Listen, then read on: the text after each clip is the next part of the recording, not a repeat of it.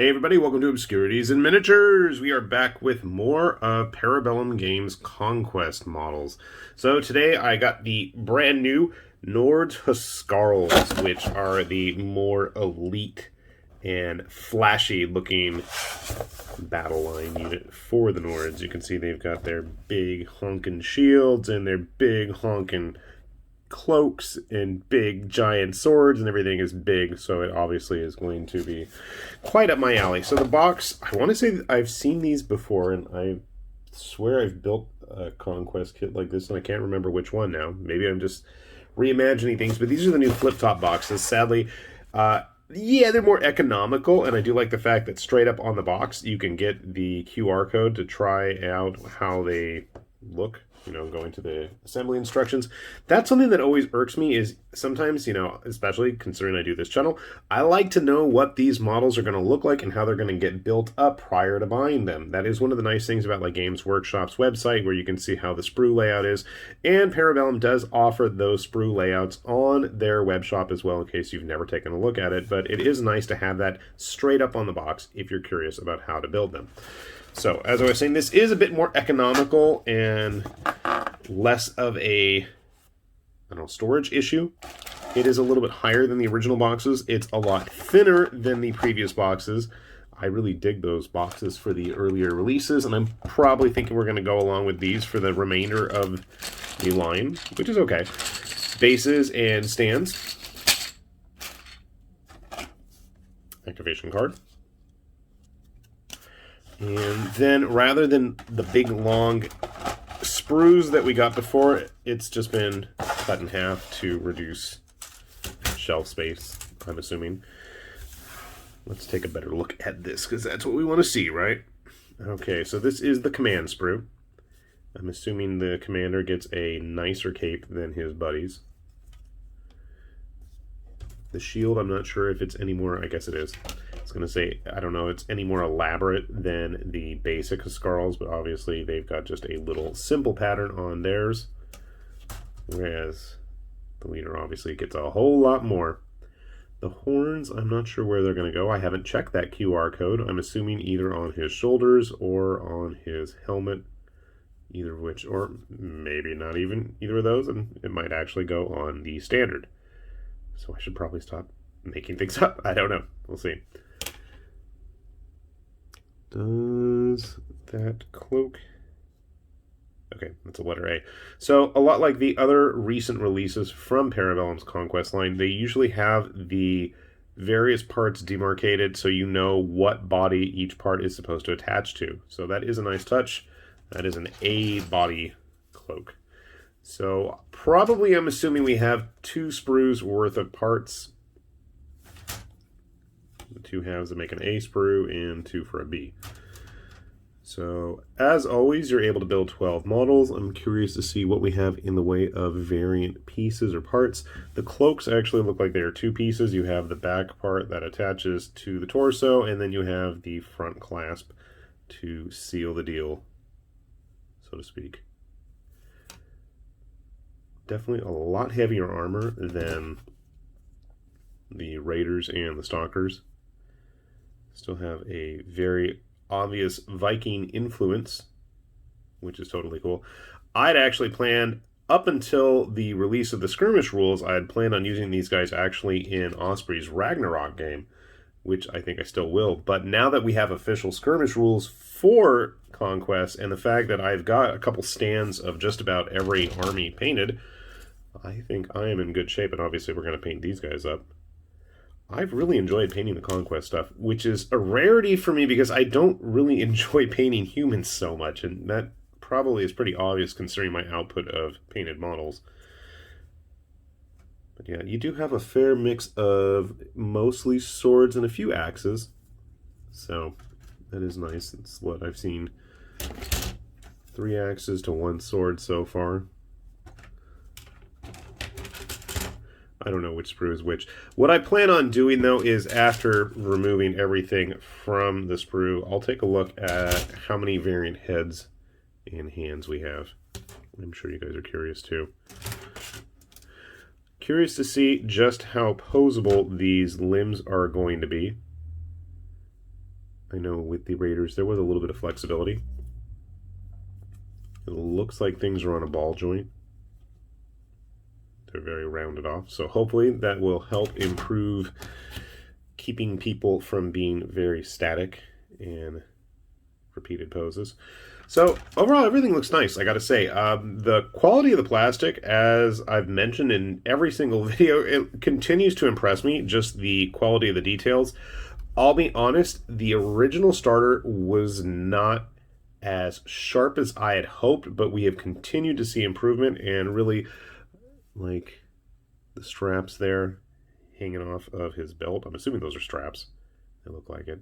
But just the overall quality is really, really nice.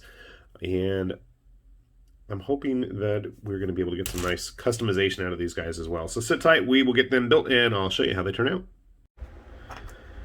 All right, we started building some of the Huskarls. I want to show you some of the bodies real quick.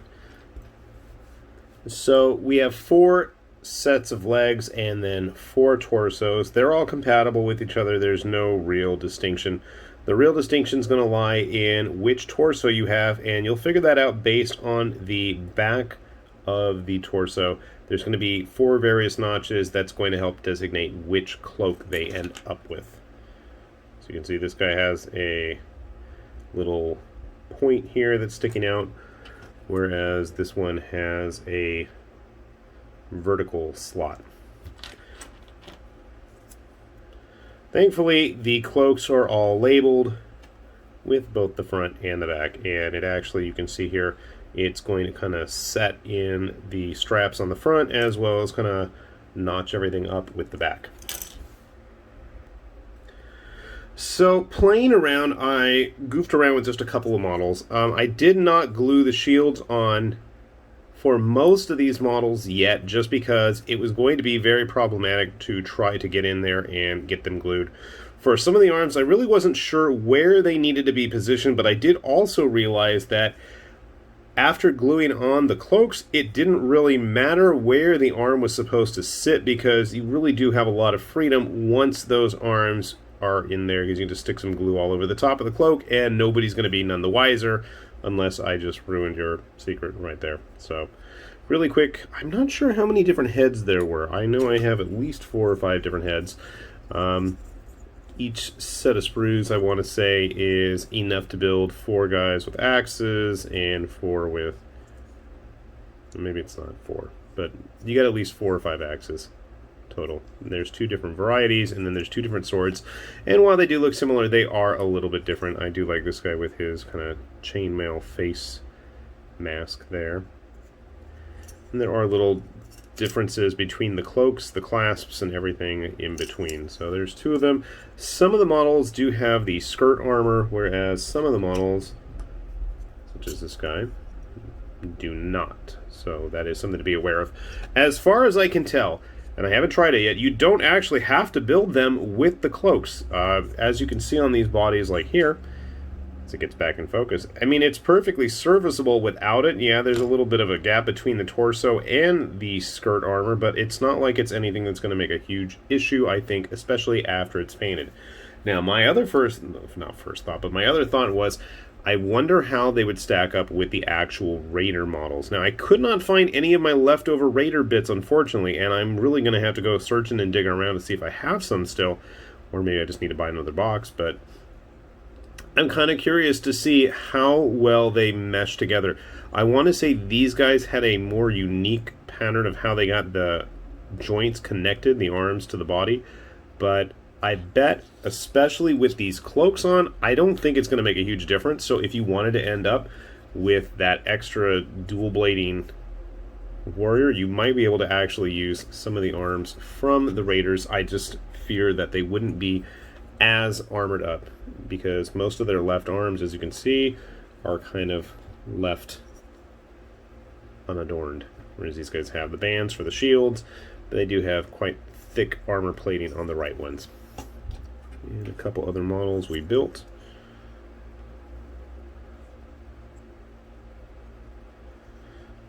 And I gotta say, these guys are impressive with the shields. In fact, one of the things that I really liked, and I mean, this says something to me about how I've enjoyed the Conquest models is as soon as I finished building some, literally the first guy I finished building, I went and started throwing paint on him. We'll show him off in a sec. He's not done, but, you know, it's close enough at least just to give you guys kind of a proof of concept.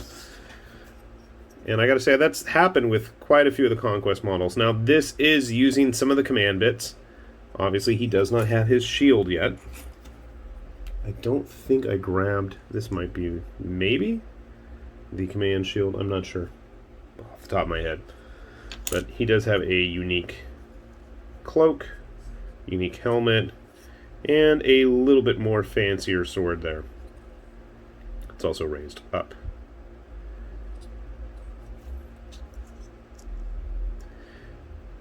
You know what? I kept thinking to myself as I'm building these, and especially once I started fiddling around with the shields, I kept thinking to myself, you know, wait a sec. I've got these big, giant, and I mean, even by Conquest standards, these guys are big.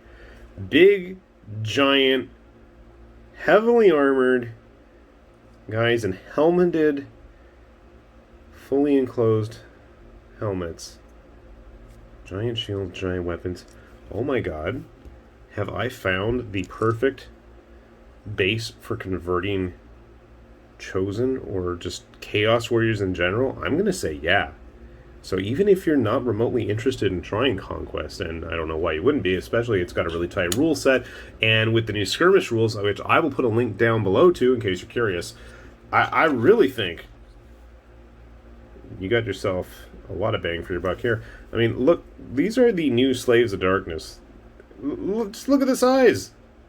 Now, unfortunately, there are a bit of a few differences in sizes if you really want to try converting these guys up into Chaos Warriors. First of all, the heads on these models are a lot bigger, and obviously the connection points are going to be a little bit different. Interestingly enough, the hands for most of these models, I'm going to grab a Huskarl sword and a Chaos Warrior hand here. I think this is from the Knights. The actual hands are about the same size. It's the length of the arm that's the issue. And even the armor itself, I don't think is going to be problematic. I tried playing around with some just to see how it was, and it just didn't look right to me. The arms looked way too stubby and short, as you can see. And even with the cape, cloak, whatever you want to call it, hiding things, I still feel like it just didn't work as nicely as it should. So I think if you wanted to try going and converting these guys into Chaos Warriors, I think it's totally doable. I think what you're going to need to do if you really wanted to go with official GW weapons is probably cut it off at the hand. And the heads, I'm unsure of. I mean, yeah, there's a bunch of horned ones, but most of them are not. They do have mostly fully enclosed faces. You could always add some horns, I guess. My thought is, you know, either look into 3D printing some helmets, but otherwise, I mean, I think they really, truly would make some great Chaos Warrior. See, look at the size of the heads. There's just, it's too small. It's too small. They look really dinky on the bodies. And obviously you're going to have to really file down that neck if you were going to go that route. So, as I said, I did try painting one up. Very simple so far. He's not finished, but just to give you a good idea. And I also ended up gluing the shield just to see if it would work, if I could really get in there. And it was a challenge, but you know what, it worked. I gotta say, these guys painted up really nicely. Really nicely. So let us do the official displaying a bunch of models and seeing how they all stack up. Because if you've watched my channel, you know I love to do that. And I want to give you guys a good idea of what you're getting yourself into. So first off, let's grab some Conquest models, because that's obviously what this line is for. You can see even the men-at-arms, for as, I don't know, big as they seem to be, this Huskarl's just like looming over him. Even the Raiders are a bit smaller. This guy is a little bit larger. Let's get you. The more hunched over ones, you can see just the sheer physical presence of this guy is going to be impressive. Especially when you have a full unit of them. Grabbing a couple other models, because I know I mentioned before that I really would like to use these guys in Osprey's Ragnarok game. as well as with the skirmish rules. And obviously I'm going to have enough painted up for skirmish, but it always is fun to try something else, especially when you have such nice and lovely models. So grabbing a Mears Norseman and a Frostgrave Barbarian, you can see we have some real serious size differences, but with the mechanics of Ragnarok and the way that your leaders are Huskarls, pretty sure they're Jarls, I don't remember what they are in the terminology of the game, but they're supposed to be big and heroic and over-the-top type dudes anyway, so at that point, why not try using them, right? So yeah, you're definitely going to lead into seeing some size discrepancies if you go with some of the smaller scale stuff out there. Obviously, if you loom towards some of the larger end of the spectrum for Conquest, he's still going to get dwarfed by some of the stuff, especially if you're looking at things from the Spires. And obviously, why wouldn't you want to look at the Spire stuff? Because they're interesting and funky. Grabbing a few other models. Let's get a modern GW human in there. One of the Dark Oath tribesmen. We'll get one of our Mantic Basilians. So another thought is, these guys would make great Varangur if you want to go that route with Kings of War. You're not going to need a whole ton of them either. They're so big and huge. If you wanted to try the multi-basing approach, I mean, without using the actual Conquest multi-base, stands, you could probably get away with it. Very few of these on one multi-base, and, get yourself at least a unit or two out of that. Let's see, who else do we have we can check out here? A Oathmark human. A regular old-fashioned Frostgrave soldier. You can see he barely goes up to the waist of our friend here. I am desperately searching for my witch hunter friend who always seems to disappear when he is needed. Where did you go, old friend? There you are! Okay. Grabbing some other models. The Blooded from Conquest. He is one of the few models I think that actually is a little bit larger than our Huskarl friend here that's been painted. Grabbing some other models. Here is some other GW stuff. Our Dark Oath Chiefess, whatever she is, I think is going to scale pretty well with these guys. But again, looking at our Witch Hunter friend here, he's dwarfed by this dude. What about some of the 3D printed stuff? If we go with like some of Artisan Guild's. Woo! Amazons, which I am a big fan of. Yeah. So, there's a lot of potential, I think, in this kit. Not only for Conquest itself, because if I remember correctly, which is entirely debatable, they are a battle line, which means you could run nothing but these guys. I'm sure they're going to be pricey at that range, but, it is what it is. So, hopefully I'm going to spend some time getting this guy finished and getting a few more of these guys painted up as well. And I can guarantee that none of them are going to match, because that's half the fun. If you guys have seen some of my Raiders, not a single one matches another, and I think that's absolutely the way it should be. So once more, very cool kit. I guess if I really want to be nitpicky, I'd like to see just a little bit more variety in terms of extra limbs and heads. The swords and axes that we do have available for these guys are very similar in design, but I think that might be able to be mitigated if you play around with some of the Raider bits, and that's something that I'm going to have to try out. Or if any of you have actually already tried that out and had any interesting results, by all means, please let me know. I'm quite curious in that regard. Or if you have some extras and you're nearby me, give me a buzz, because I would love to try it myself. I also want to mention, I don't know if I've mentioned it yet, I don't think I have, we did start a Patreon account for our channel Obscurities in Miniatures here.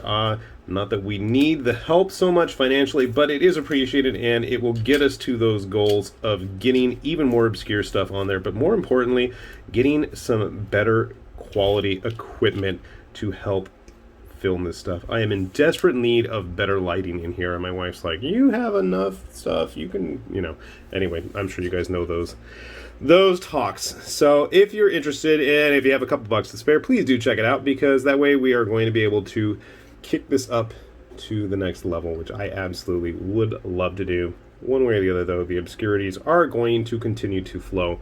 And like I said earlier, I will have a link down below at the very bottom if you wish to check out the skirmish rules for Conquest. They are completely free, and they are quite inclusive and thorough. So do take a look if you're interested, because, well, it's a very interesting game. And as we continue to see, the models themselves are quite interesting as well. With that said, this has been High Lord Tamberlane with Obscurities and Miniatures, saying thanks for watching, and we'll see you back here soon. Bye-bye.